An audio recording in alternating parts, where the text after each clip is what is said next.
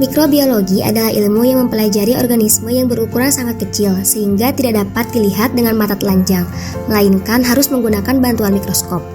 Organisme yang sangat kecil ini disebut sebagai mikroorganisme, atau sering disebut mikroba ataupun Yasadenic.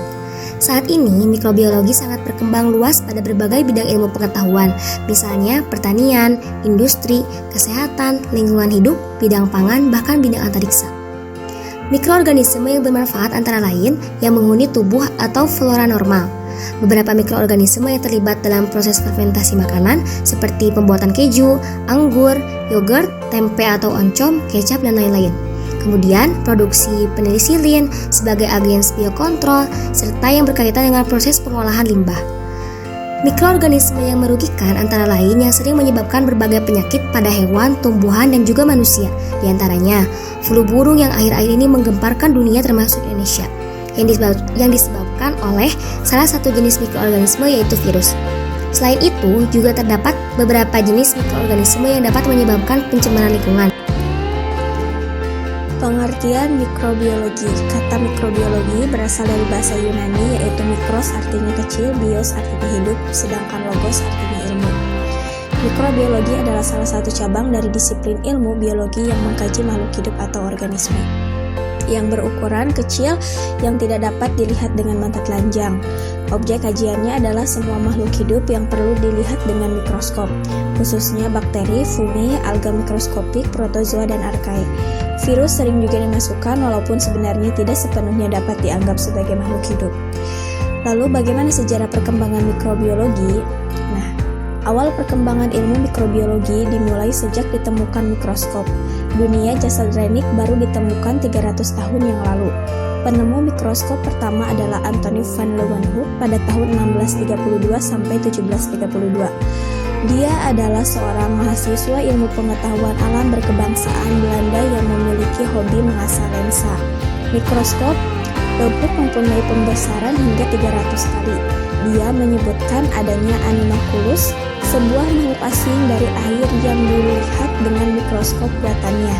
Kemudian penemuan Leeuwenhoek disampaikan kepada Royal Society di Inggris antara tahun 1674 sampai 1683. Ia melaporkan hal-hal yang diamatinya kepada lembaga tersebut. Robert Hooke pada tahun 1635 sampai 1703 sebagai salah satu seorang anggota Royal Society menyatakan bahwa penemuan Leeuwenhoek dalam mikroskop buatannya adalah protozoa, spora, jamur, dan sel tumbuhan.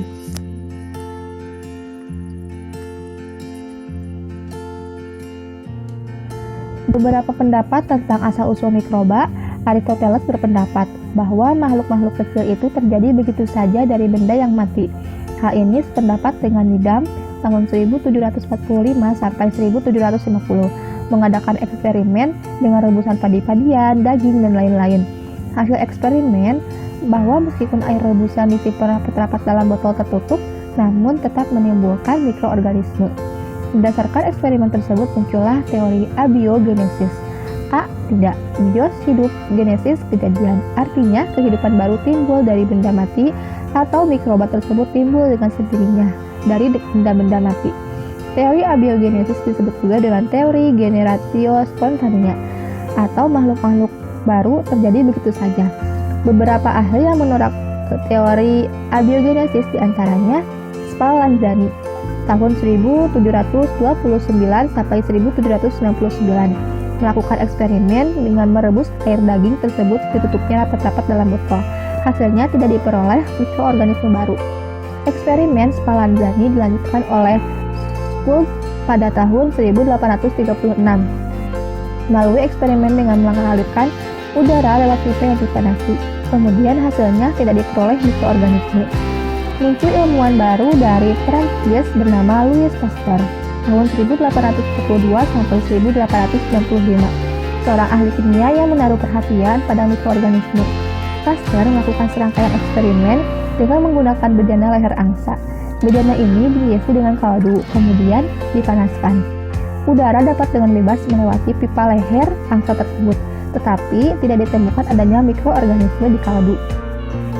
Dalam hal ini, mikroba beserta debu atau asap akan mengendap pada bagian tabung yang berbentuk U sehingga tidak dapat mencapai kaldu. Pasteur menemukan bahwa mikroorganisme terbawa debu oleh udara dan ia menyimpulkan bahwa semakin bersih atau murni udara yang masuk ke dalam bejana, maka semakin sedikit kontaminasi yang terjadi. Pasteur dapat meyakinkan bahwa kehidupan baru tidak timbul dari benda mati, maka disimpulkan dengan omne vivum ex ovo, omne ex vivo, yang berarti semua kehidupan berasal dari keluar dan semua keluar berasal dari sesuatu yang hidup. Pendapat demikian juga dikenal dengan teori biogenesis, artinya makhluk hidup berasal dari makhluk hidup. Berdasarkan penemuannya, maka Louis Pasteur dikenal sebagai seorang pelopor mikrobiologi. Penemuan Louis Pasteur adalah yang pertama, udara mengandung mikroba yang pembagiannya tidak merata. Kedua, cara pembebasan cairan dan bahan-bahan dari mikroba dikenal sebagai sterilisasi. Pendukung teori abiogenesis diantaranya adalah Francis Faraday pada tahun 1665. Ia memperoleh hasil dari percobaannya bahwa lalat yang berkembang biak di dalam daging busuk tidak akan terjadi apabila daging tersebut disimpan di dalam suatu tempat tertutup yang tidak dapat disentuh oleh lalat. Jadi dapat disimpulkan bahwa ulat tidak secara spontan berkembang dari daging. Percobaan lain yang dilakukan oleh Lazarus Spallanzani memberi bukti kuat bahwa mikroba tidak muncul dengan sendirinya. Pada percobaan menggunakan kaldu, ternyata pemanasan dapat menyebabkan animalculus tidak tumbuh. Percobaan ini juga dapat menunjukkan bahwa perkembangan mikroba di dalam suatu bahan dalam arti terbatas menyebabkan terjadinya perubahan kimiawi pada bahan tersebut. Pada pertengahan abad 19 sampai abad 20, perkembangan mikrobiologi dengan dimulai penelitian oleh Pasteur, Robert Koch, dan Serge Winogradsky. Dan Pasteur pada tahun 1822 hingga 1895 yang mengawali pemisahan kristal asam bertarat dalam isomer bayangan lensa. Isomer bayangan lensa adalah senyawa yang menyerupai rumus kimia yang pasti tetapi tidak memiliki konfigurasi.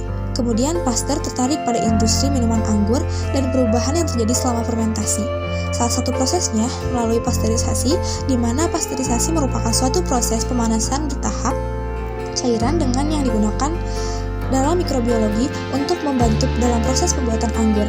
Pasteurisasi adalah cara untuk mematikan beberapa jenis mikroba tertentu dengan menggunakan uap air panas, suhunya kurang lebih 62 derajat Celcius.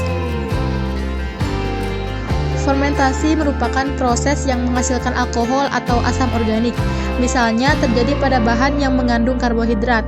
Secara fisiologis, adanya fermentasi dapat digunakan untuk mengetahui beberapa hal di dalam proses fermentasi. Kapasitas mikroba untuk mengoksidasi tergantung dari jumlah aseptor elektron terakhir yang dapat dipakai. Sel-sel melakukan fermentasi menggunakan enzim-enzim yang akan mengubah hasil dari reaksi oksidasi. Dalam hal ini, asam menjadi senyawa yang memiliki muatan positif, sehingga dapat menangkap elektron terakhir dan menghasilkan energi. Oksigen umumnya diperlukan mikroba sebagai agensiasi untuk mengoksidasi senyawa organik menjadi CO2. Reaksi oksidasi dikenal sebagai respirasi aerob yang menghasilkan tenaga untuk kehidupan jasad dan pertumbuhannya. Mikroba lain dapat memperoleh tenaga dengan jalan memecahkan senyawa organik secara fermentasi anaerob tanpa memerlukan oksigen. Beberapa jenis mikroba bersifat obligat anaerob atau anaerob sempurna. Jenis lain bersifat fakultatif anaerob, yaitu mempunyai dua mekanisme untuk mendapatkan energi. Apabila ada oksigen, energi diperoleh secara respirasi aerob. Apabila tidak ada oksigen, energi diperoleh secara fermentasi anaerob. Pasteur mendapatkan bahwa resepsi anaerob adalah proses yang efisien untuk menghasilkan energi.